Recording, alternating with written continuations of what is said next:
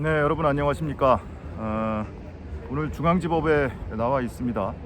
오늘 조국 전 장관과 정경심 교수 재판에 그 딸이 오늘 증인으로 출석을 했습니다. 그래서 출석을 했고요.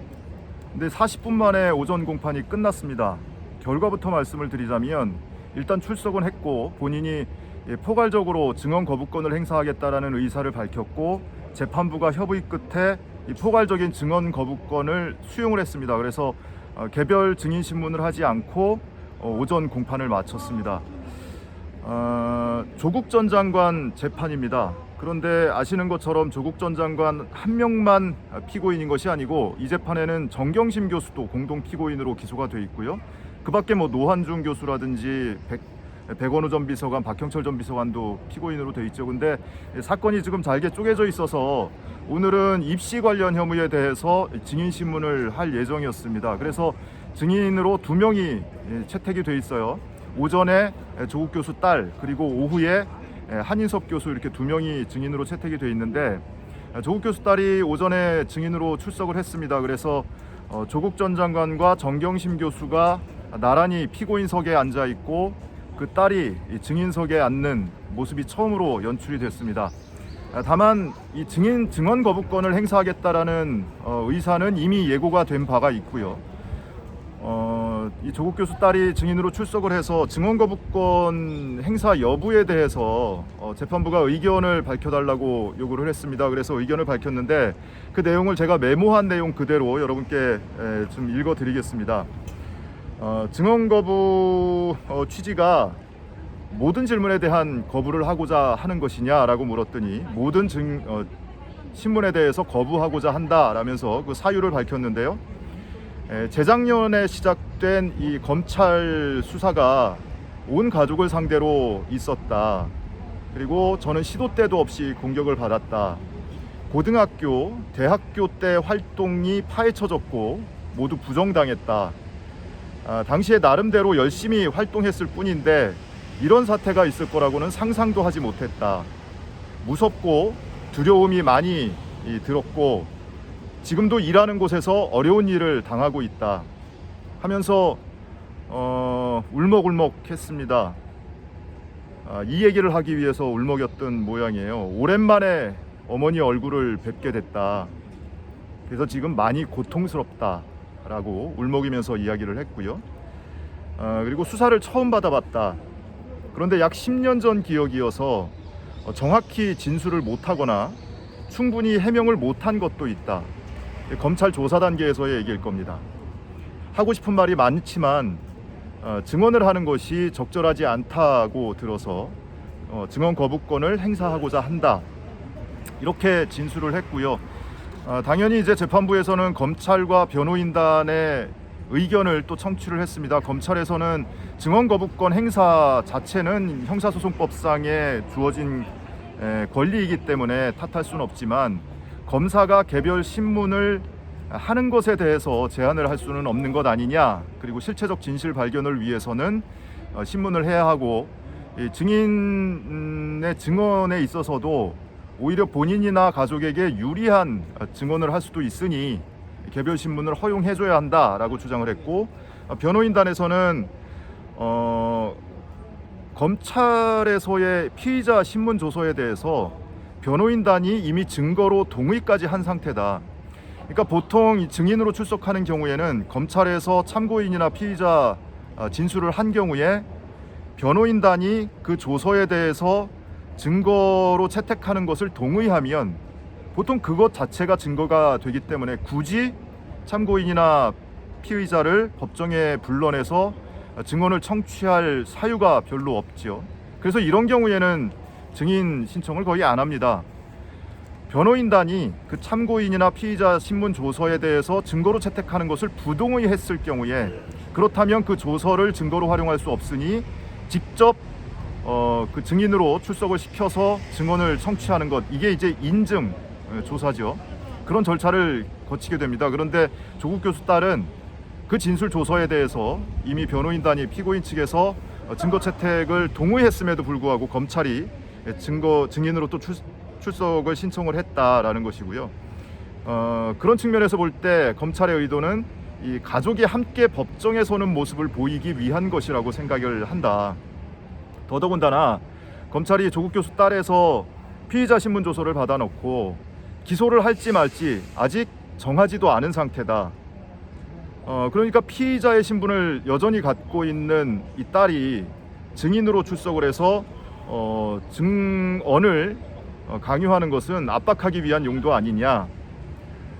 더더군다나 만약에 이 조국 교수 딸이 증언 과정에서 공소사실, 부모의 공소사실에 대해서 부인을 했다가 그 공소사실이 나중에 유죄 판결이 나왔을 경우에는 검찰이 또 위증죄로 기소를 할 수도 있기 때문에 증언 거부권을 인정해줘야 된다라고 인정을 했습니다. 그래서 재판부에서 잠시 10분 동안 휴정을 가졌고요. 재판부가 퇴장해서 10분 동안 협의를 한 끝에 다시 속행을 해서 증언 거부권을 인정을 했습니다. 재판장의 증언 거부권 인정 사유를 말씀을 드리자면 검찰의 신문 사항을 모두 확인을 해보니 인적 사항을 제외하고는 모든 신문 사항이 증인 본인 또는 부모의 형사처벌을 당할 수 있는 염려가 있는 신문에 해당이 된다.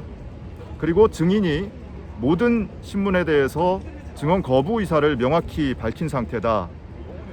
모든 신문 사항에 대해서 거부권 행사를 하는 것은 정당한 일이고 일일이 묻고 거부권 행사하는 답변을 듣는다는 것은 실체적 진실 발견에도 별 도움이 안 되는 무용한 결과다. 더더군다나 증거로서의 가치도 없다. 그러니까 뭐 형사소송법 148조에 따르겠습니다라거나 증언 거부하겠습니다라거나 답변하지 않겠습니다. 이런 답변을 듣고 하는 것들이 증거로서의 무슨 가치가 있겠냐라는 거예요. 그러면서 증인 신문을 마치겠다. 결과적으로 조국 교수 딸에 대한 증인 신문은 오늘 진행이 되지 않았습니다. 선서까지만 하고 개별 신문은 진행하지 않았습니다. 그래서 예정됐던 오전 증인 신문은 진행하지 않은 채로 공판 개시에서 40분 만에 오전 공판이 마무리가 됐고요.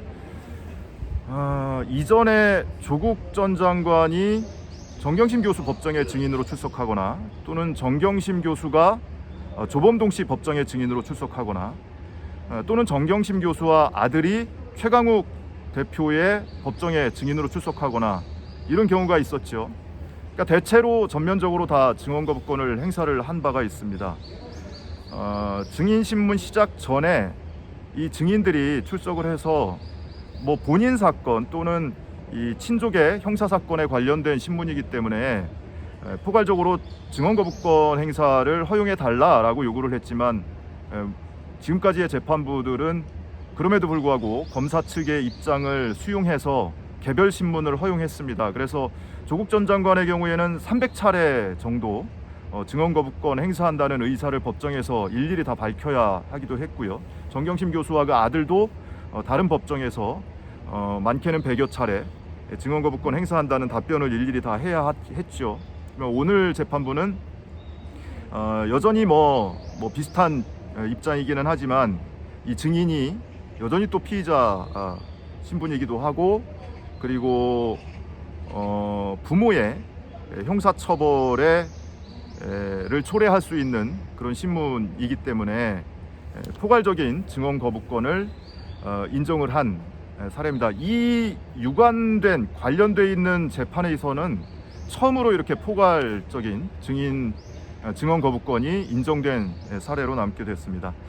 그래서 오전 공판은 이렇게 끝나서 그 소식 여러분께 급히 전해드리는 거고요. 그리고 오후는 2시에 이제 속개가 되는데 한인섭 교수, 조국 교수 딸이 서울대 공익인권법센터 학술대회에 참여를 하고 그 즈음에 인턴 확인서를 발급을 받았던 시점에 서울대 공익인권법센터장을 했었죠. 한인석 교수가 이전에 정경심 교수 법정에 증인으로 채택이 돼서 한 차례 출석을 하지 않았다가 두 번째 다시 채택이 돼서 법정에 출석을 한 바가 있습니다. 당시에도 한인석 교수는 본인이 미리 준비해 놓은 의견을 밝히면서 증언 거부권을 행사해야겠다. 본인 역시 이 조국 교수 딸과 마찬가지입니다. 한인석 교수 본인도 피의자로 조사를 받았고 어떻게 기소를 할지 말지 처분이 전혀 내려지지 않은 상태이기 때문에 내가 기소될지도 모르는 상태에서 내가 증언을 할 수가 없는 상태다, 이렇게 강변을 했고, 그 당시에도 정경심 교수 1심 재판부가 휴정을 하고 잠시 협의를 가졌는데 결과적으로는 증인신문을 하지 않았습니다. 근데 당시에는 포괄적인 증언 거부권을 인정해서 증인신문을 하지 않은 것이 아니고, 이 휴정이 끝나고 나서 정경심 교수 측 변호인단이 당초에는 한인석 교수의 이 조서를 증거로 채택하는 것에 대해서 부동의를 했거든요. 그런데 휴정하고 나서 동의를 했습니다. 번의 동의를 해서 결과적으로는 이 진술 조서를 증거로 채택하는 것으로 증인신문을 대신해서 재판부에서 결정을 하면서 한인석 교수에 대한 증인신문이 이루어지지 않았거든요. 근데 오늘 이제 조국 전 장관 사건에, 여기는 물론 이제 정경심 교수도 공동 피고인으로 돼 있지만 서울대 공익인권법센터 인턴 확인서와 관련해서는 정경심 교수는 정경심 교수 재판의 피고인으로 기소가 돼 있고요. 이 재판에는 조국 교수만 단독 피고인으로 기소가 돼 있습니다. 물론 공동 피고인이긴 하지만 이렇게 공모 혐의가 있는 상태인데 이것에 대해서 따로따로 기소가 돼 있어서 오늘은 조국 전 장관의 혐의 사실을 입증하기 위한 검찰 측의 신문이 아마 있을 것 같습니다. 다만 한인석 교수 측 변호인이 어제 저녁에 급작스럽게 변호인 입회를 허용을 해달라, 이제 뭐 이 증인이 어떤 정서적으로 의지해야 할 경우가 있거나 뭐 형사법상의 그 법조항은 제가 명확히 기억나지는 않지만 이런 경우에 심신미약의 상태가 있거나 이런 경우에 변호인이나 가족이 옆에 함께 입회하는 절차가 있기는 합니다. 지난번에도 정경심 교수 법정에서도 한인석 교수가 이런 절차를 요구를 했는데 받아들여지지 않았었죠. 근데 오늘 재판부는 이제 오후에 속행을 하게 되면 받아들일지 말지, 물론 검찰이나 변호인 양측의 의견을 들은 뒤에 결정을 하게 될 겁니다. 한인석 교수 증인신문이 있고 나서는 이 서울대 의전원 부정지원 혐의와 관련한 양측의 서증조사가 있을 예정입니다. 문서화된 증거 조사하는 절차입니다. 그 절차까지 진행이 되고 오늘 공판은 끝낼 예정입니다.